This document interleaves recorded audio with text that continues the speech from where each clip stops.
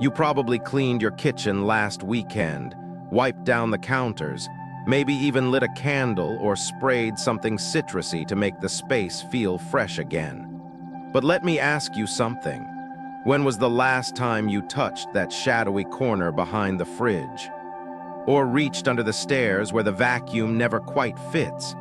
We spend so much time organizing what's visible. Color-coded spice racks, seasonal throw pillows, perfectly curated bookshelves. But the truth is, what quietly shapes the energy of a home is often hidden. That's where salt comes in. Not as a seasoning, not as a superstitious throwback, but as something ancient and deeply practical. An invisible tool for shifting what you feel but can't quite name. Financial pressure, stagnant moods, recurring bad luck, the quiet heaviness that doesn't go away even after a deep clean. You won't hear it fizz or sparkle. You won't see lights flicker or dollar signs magically appear. But a simple jar of coarse salt, placed discreetly in one overlooked corner of your home, can begin to absorb what's been holding you back. Think about how much your home has absorbed lately, from arguments, anxieties, economic worry, to the sheer noise of daily stress.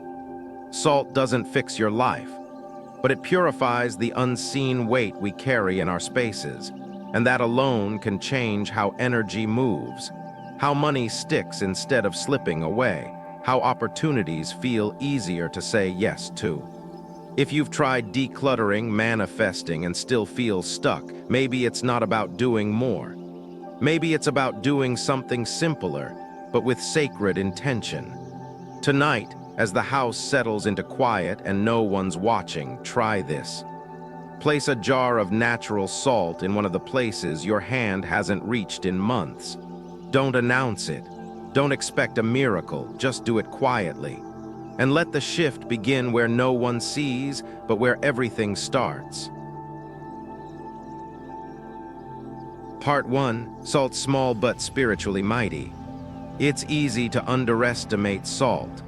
It's cheap, always within reach, and so ordinary we stop noticing it, until a doctor tells us to cut back or a recipe calls for just a pinch more. But what if this everyday kitchen staple, sitting quietly on your counter or hidden in the back of your cabinet, was more than just seasoning? What if it was one of the most powerful, energetic tools you could use to quietly shift the financial and emotional frequency of your home? The idea isn't new or mystical.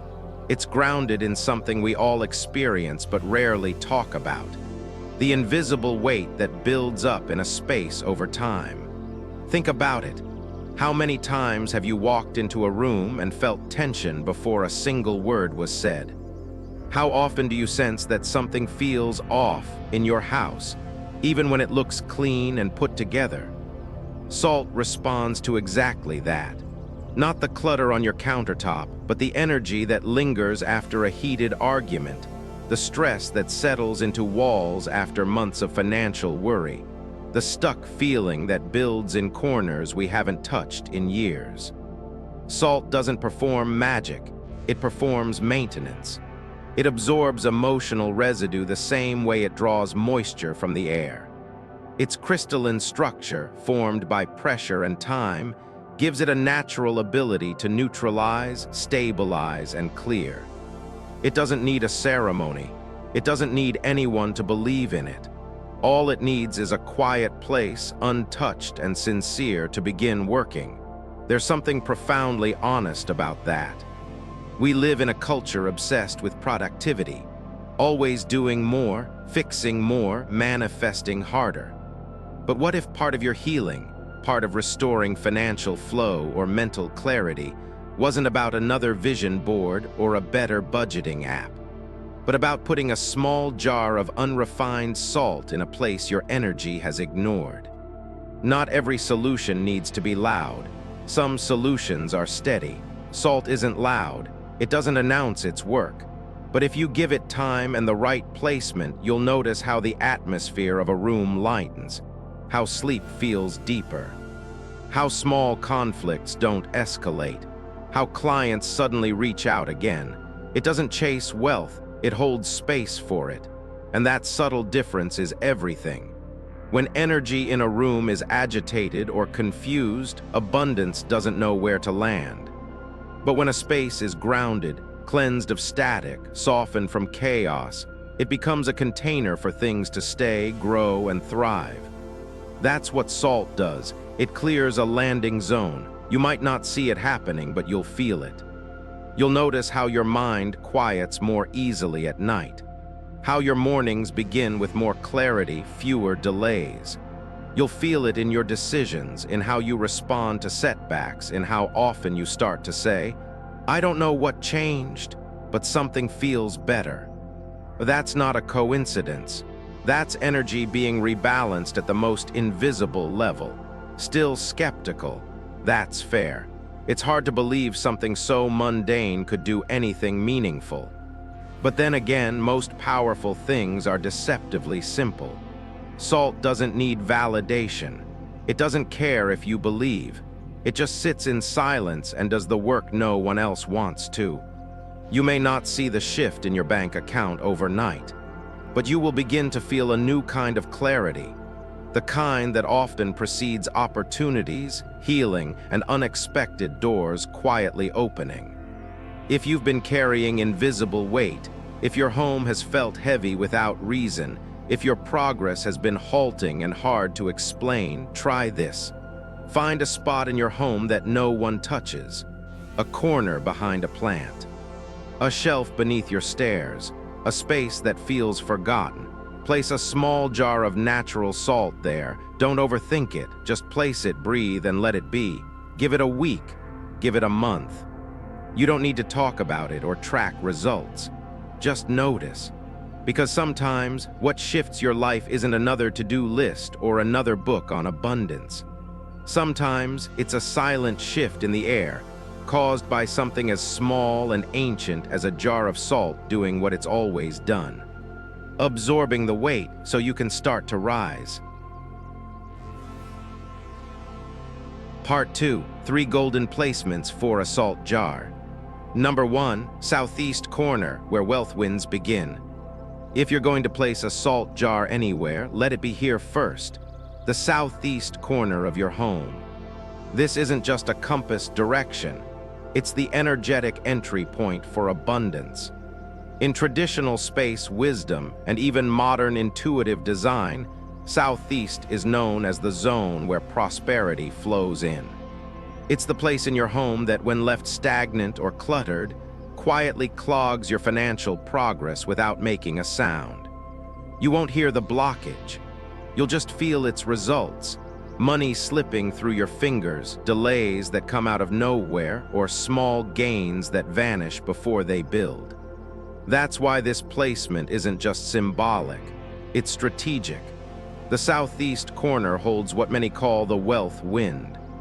It's the invisible current that carries not just cash, but opportunity, timing, and sustained income. Not just a lucky break, but the rhythm of ongoing gain.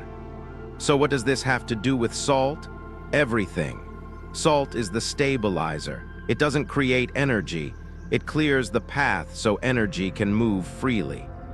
Placing a jar of coarse, natural salt in this corner is like installing a silent filter right where wealth wants to enter. It absorbs static, dissolves blockages, and makes space for flow. And yes, energy can tell when it's being welcomed or resisted. Now, before you run off to dump salt in that part of your house, take a moment to locate it properly. If you're standing at the center of your home, the southeast direction will be between due south and due east. Use a basic phone compass. No need to overcomplicate it. Once you've found it, observe that area. Is it cluttered? Is it dimly lit? Does it feel forgotten, like a corner where furniture was shoved out of convenience? If so, pause. Don't rush to place anything yet. First, clear the space, dust it, sweep it. Let it breathe. This is not about perfection, it's about signaling readiness. Energy doesn't need you to be an interior designer, it just needs you to care. Next, choose your salt jar. The ideal jar is ceramic, earthy, stable, with no harsh lines. A smooth, round shape, preferably with a lid, helps the salt circulate energy without corners for it to get stuck. If ceramic isn't available, go for thick glass.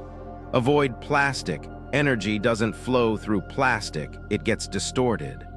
Pour coarse, unprocessed sea salt into the jar. Leave a little space at the top, think of it like lungs. Energy needs room to move, not be packed so tightly it can't breathe. Then, before sealing the jar, take a dollar bill or any clean, intentional piece of paper currency and fold it into a triangle or pyramid shape. Place it at the bottom of the salt. This isn't superstition, it's a physical metaphor. The pyramid form anchors and directs energy upward. It says, I'm ready to hold, grow, and multiply what comes in. Now gently close the lid and bring the jar to the southeast corner. Don't hide it completely, but don't spotlight it either. Find a balanced, respectful spot.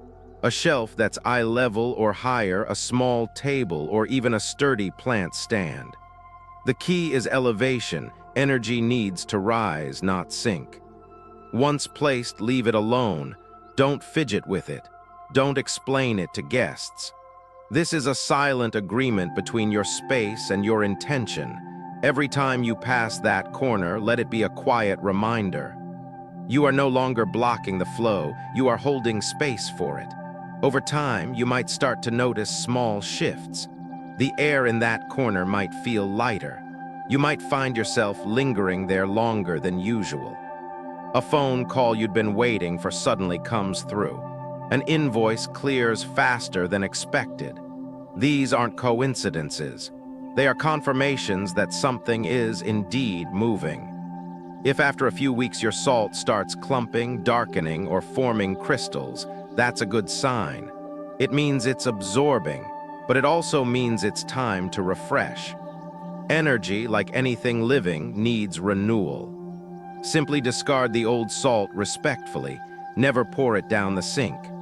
Wrap it, dispose of it in the trash, or if possible, return it to the earth.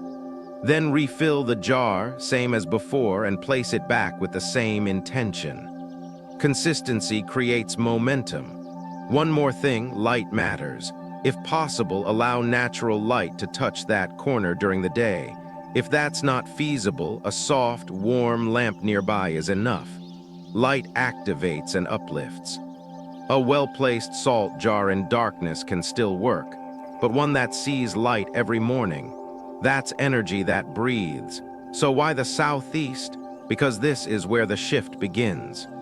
Not in your bank account, not in your emails, but in the corner you forgot to clear, the place where wind hesitated, the space that now says, without words, you are welcome to enter. Wealth doesn't always come charging in like a parade. Sometimes it tiptoes through the door you finally remembered to open. And salt, in its quiet, grounded way, holds that door open. No crystals, no candles, just the most ordinary thing in your kitchen, reimagined as the foundation for extraordinary change. Number 2, just behind the front door, the first energy filter. Your front door isn't just an entrance, it's the mouth of your home. It's where everything comes in. Groceries, laughter, tension from a long workday, conversations that trail in from the car ride home. Every person who crosses that threshold brings more than shoes and keys. They carry energy, stress from traffic, frustration from meetings, joy sometimes, but more often than we realize, the front door becomes the first place where our private sanctuary meets the noise of the world. And if we're not filtering what comes in, we're letting our inner peace get diluted, one drop at a time. That's where the salt jar comes in, not as decoration, not as superstition, but as the first line of energetic protection. Think of it like a silent bouncer at a velvet rope, deciding what energies are allowed to move deeper into your home. You won't hear it working. You won't see it flash. But place it right behind your main entrance, quietly, respectfully, and you'll start to notice the difference. It's the subtle things. Your home feels less heavy after guests leave. Your mind unwinds more easily when you walk through the door. Arguments don't linger in the air. The jar becomes an invisible net, catching what doesn't belong before it reaches your kitchen, your living room, your body. But placement here is crucial. The salt jar should not sit in plain sight. Tuck it just to the left or right behind the door, depending on your layout. Hide it behind a plant, the leg of a console table, or a low shoe bench. The idea is discretion. When energy is unobserved, it flows more honestly. Choose a small, sturdy jar. Ceramic or thick glass is ideal. Fill it with coarse sea salt, and if you want to amplify its effect, drop in a single dried garlic clove or tie a thin red string around the neck. Garlic purifies.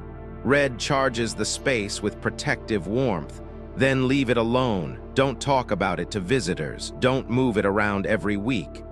This is not an ornament, it's a filter. And like any good filter, it works best in silence.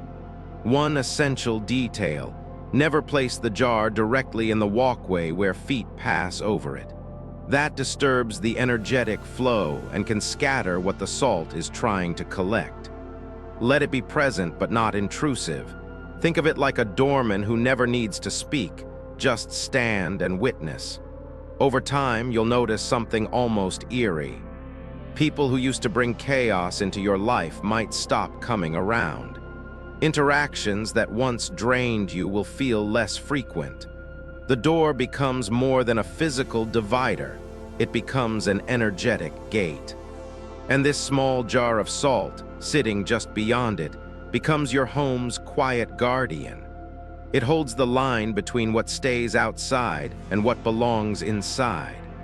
This is especially vital if you live in an apartment or townhome where your front door opens directly into a living space. Without a foyer or transition zone, all energy, good and bad, comes in fast. The salt jar slows it down, grounds it, filters it. If you live in a house with a large entryway, you might even pair the salt jar with a small mat or rug to catch the energy, creating a layered zone of softness before energy floods the rest of your home. Light again plays a role. While this placement doesn't need direct sunlight, try not to trap it in a dark, stale corner. Let it be near gentle warmth or soft ambient light. Energy that arrives in brightness is more likely to stay aligned. Don't overcomplicate this. You're not creating a shrine. You're setting a boundary. And boundaries, when made with intention and simplicity, are the most powerful tools for protecting peace. Replace the salt every 3 months, or sooner if the jar feels heavy, changes color, or starts to sweat. This is a sign it's done its job and is now saturated with what it's caught. Dispose of the old salt without ceremony. Just don't pour it down your sink. Wrap it in paper or compost it if you can. Then refill the jar with fresh salt and place it again, like resetting a lock on a well-worn door. And if you're still wondering whether a simple jar of salt behind your door could really make a difference, ask yourself this: how many times have you come home and felt more exhausted after walking in? How often has your space stopped feeling like a retreat and more like another to-do list? What if that shift started the moment you opened your front door? And what if the correction didn't require a full remodel, just one humble jar, placed with quiet resolve to say, "Not everything gets to enter with me. You can't control the world outside, but you can choose what crosses the line." Salt holds that line silently, and just behind your door is the perfect place to let it start. Number 3, next to the rice container guarding the heart of the home. If there's one space in your home that quietly defines your sense of stability, it's your kitchen, and more specifically, the place where you keep your rice. Not your pantry in general, not your spice rack or fridge, but that one container where you store the ingredient that, for generations around the world, has symbolized nourishment, safety, and continuity. In many homes, rice is the quiet hero of weeknight dinners and last-minute meals, the base that catches everything else. It's not flashy, but it's foundational. And just like rice supports your physical hunger, the energy surrounding your rice container reflects how well your home supports emotional and financial security. That's why placing a jar of salt next to it is not just symbolic, it's a direct act of protection and activation. Rice represents flow and growth. Salt represents purification and grounding. Together, they form an invisible contract between abundance and stability, between what you want to grow and what you want to keep safe. Think of your rice container as the heart of your home's energetic kitchen. Not just the food source, but the pulse of comfort, trust, and provision. When that heart is guarded properly, you feel it. Fewer worries around money, less scrambling to make things stretch, more calm in daily rhythms. So why the salt jar? Because as rice pulls energy upward, expansive, airy, future-facing, salt balances that growth with solidity. It ensures that what comes in isn't scattered. It helps your kitchen become not just a place of feeding, but a reservoir for prosperity. Here, how to do it. Choose a jar that's simple but intentional. Ceramic is ideal. It speaks of earth and absorbs gently. Glass is second best, but make sure it's thick and clear. No plastic, no metal, nothing that disrupts energy with synthetic or chaotic tones. Fill the jar 2/3 of the way with unprocessed, coarse sea salt. Leave space at the top. Energy, like breath, needs room to circulate. Place the jar on the same surface as your rice container or just beside it on a nearby shelf, close enough to watch over it, but not so close that it gets in the way of daily use. If your rice container has a red lid or warm-colored markings, all the better. Red uplifts. It activates the fire of intention. If it doesn't, you can tie a soft red thread around the neck of your salt jar or place a tiny strip of red cloth beneath it, just enough to ground the jar and warm the space. One small but powerful addition. Every full moon, or at least once a month, take a moment to gently turn the salt jar clockwise 3 times with your hands. No chanting, no ritual, just a physical cue to wake up the energy, to remind the jar of its job. This subtle motion resets the vibrational field and deepens the bond between the salt and your home's chi. Over time, you'll notice a difference. Meals feel calmer. Unexpected bills feel less jarring. A steady undercurrent of enough replaces the anxiety of not knowing what's next.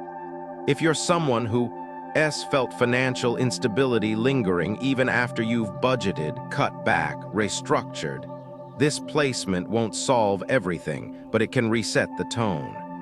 And tone matters. A home with good energy around its food storage has a stronger root system. It's not just about what you eat, it's about how you hold the space that feeds you. If your rice container lives near a stove or sink, be mindful. Fire and water are active, changing elements. You want the salt jar to rest in a place that's still, not too close to heat, not exposed to steam. If needed, slide it to a quieter corner of the counter or give it a subtle boundary, like a small tray or tile beneath it. It's okay if no one else in your household knows why it's there. The salt does, and so do you. If guests ask, you can smile and say it's decorative. But inside, let it be something more. Let it be your invisible guardian of nourishment. Replace the salt every 3 months or sooner if it clumps, sweats, or turns dull. When you do, take a moment to thank it, not out loud, but inwardly, for holding space for your household's well-being. Energy listens, and salt holds memory. Don't discard the used salt down the drain. Wrap it, seal it, and toss it away mindfully. Then begin again. A fresh jar, a clean start, a renewed commitment to grounding what you feed and what feeds you. There's nothing mystical about this. It's practical magic, the kind that begins with simple attention and unfolds quietly into strength. Because when the food that sustains your body is energetically protected, your home becomes more than a place where you live. It becomes a sanctuary, a container for enoughness. And in that space, worry softens, trust returns, and the foundation of lasting abundance begins. Part 3, Places to Avoid: How Misplaced Salt Drains Your Energy. As powerful as a salt jar can be when placed with care, it can just as easily backfire if placed thoughtlessly. And that's where most people go wrong. They hear that salt is cleansing, absorbing, protective, and assume they can scatter it anywhere or tuck it in random corners and still get the same effect. But salt doesn't work in chaos. It works in resonance. It needs stillness, balance, and intention. When it's placed in the wrong location, it doesn't just fail to help. It can actually pull in the very energies you're trying to release. That's why knowing where not to place a salt jar is just as essential as knowing where to put it. Let's start with one of the most common mistakes: placing salt in the southern part of your home. It might seem harmless, just another wall, another room, but in the energetic map of space, the south is associated with fire energy, light, passion, identity, and visibility. Salt, on the other hand, represents water energy, absorbing, grounding, cooling. When water meets fire in nature, one of two things happens: steam or extinction. In your home, that imbalance creates energetic confusion. You might experience internal dissonance, frustration, lack of clarity, or issues around self-confidence and public standing. A salt jar in the southern zone can dull your drive, cloud your voice, or even dim the presence you bring into a room. It's subtle, but you'll feel it. Opportunities slipping away, your energy fizzling when it should rise. So skip the southern wall, no matter how convenient. Another major don't is anywhere damp, especially places already prone to heaviness, like under sinks, near toilets, behind the washing machine, or close to basement drains. These spaces are already dense with stagnant energy. They collect the emotional debris of daily life, unspoken resentments, fatigue, the weight of doing too much with too little. Putting salt here doesn't clean the space, it burdens the salt. It becomes overloaded, like a sponge that's been sitting in dirty water too long. And once the salt reaches saturation, it stops absorbing and starts releasing what it holds. That means the very negativity it once protected you from can begin to seep back out into your living space. This is especially true if the salt begins to clump, sweat, turn yellow, or form strange surface crystals. These aren't mystical signs, they're practical ones. Your salt is full, it's done, and it's time to replace it before it reverses its role. Another placement to avoid, right next to electronics. We're talking microwaves, routers, electric stoves, high-speed modems, smart home hubs, anything that emits a constant flow of electromagnetic interference. Salt needs an energetically quiet space to hold its charge. When placed near tech, the signal disruption scrambles its frequency. It's like trying to meditate next to a running vacuum. The salt can't stabilize, it can't even hear the room's energy. Over time, that interference can distort the field around it, leading to increased agitation, mental fog, difficulty focusing, and a general sense that something's off, even when you've done everything right.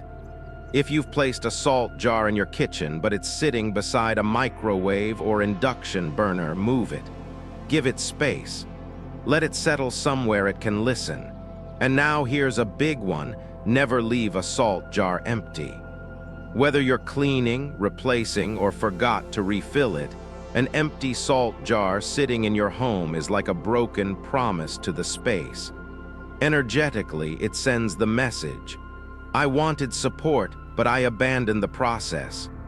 More than that, it creates what energy workers call a void loop, a visual cue that something should be full, purposeful, and holding power, but instead is vacant. This emptiness can create a subtle current of depletion, where motivation dips, momentum slows, and intentions begin to unravel. You might feel distracted, disconnected, ungrounded, like your actions aren't sticking. And that sensation is not your imagination. It's the echo of a tool left unfinished. Always check your jars monthly. If the salt has dissolved, discolored, or dried out completely, replace it with care. Don't just dump the new salt in. Reset it. Clean the jar, start fresh. The container is part of the message. Another quiet mistake is visibility. Salt works best in silence, in stillness.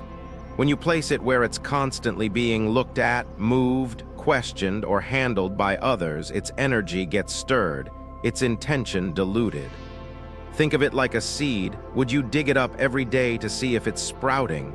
Of course not. You'd leave it in the soil and trust. The same principle applies here. The more people touch or talk about your salt jar, the less effective it becomes. Its energy begins to mirror the noise around it instead of anchoring the stillness within.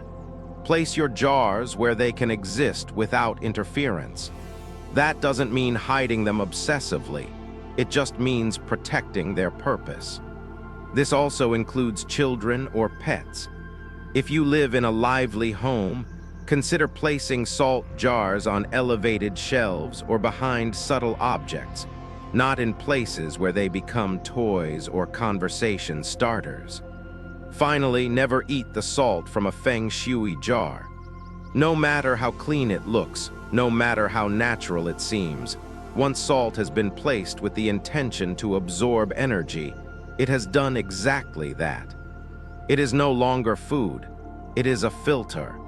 And just like you wouldn't drink the water from a used air purifier, you shouldn't reintroduce this salt into your body. Ingesting absorbed negativity can manifest as fatigue, stomach upset, even foggy thinking. Treat the salt with respect. Let it serve its purpose. And when it's done, release it fully. Energy flows best when we're clear about what is sacred and what is spent. In the end, using salt to harmonize your home isn't about fear or superstition, it's about awareness. Knowing where not to place it allows you to protect its purpose. And when salt does what it's meant to do, absorb what you no longer need and hold space for what's meant to come in, it becomes one of the simplest, quietest, and most powerful tools you'll ever own. Maybe now, when you look around your home, you won't just see furniture and corners and cabinets.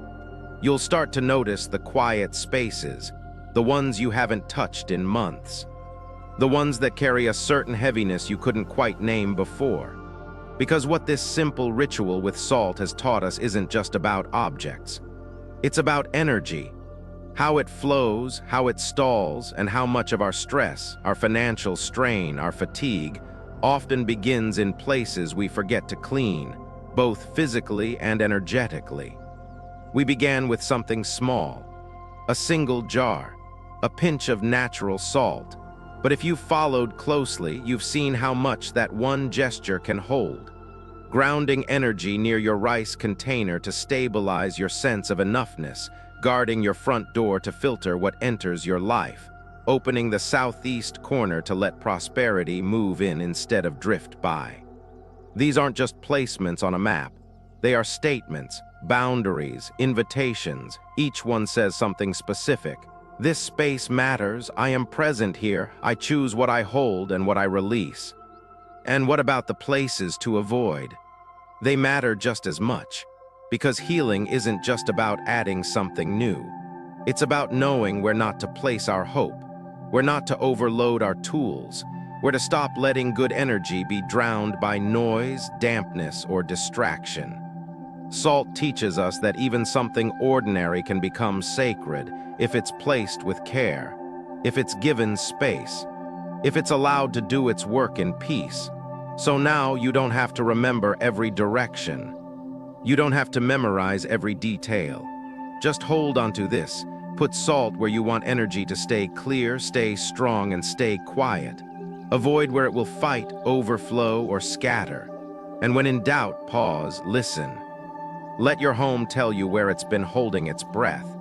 Because in the end, Feng Shui isn't about superstition or design trends. It's about relationship between you and the space you live in, between stillness and flow, between what you choose to carry and what you're finally ready to let go of. So tonight, maybe you place a salt jar in a quiet corner and say nothing. You don't rush. You don't hope. You just let the shift begin, slowly, invisibly, deeply. And over time, that corner you forgot might just become the place where everything starts to change.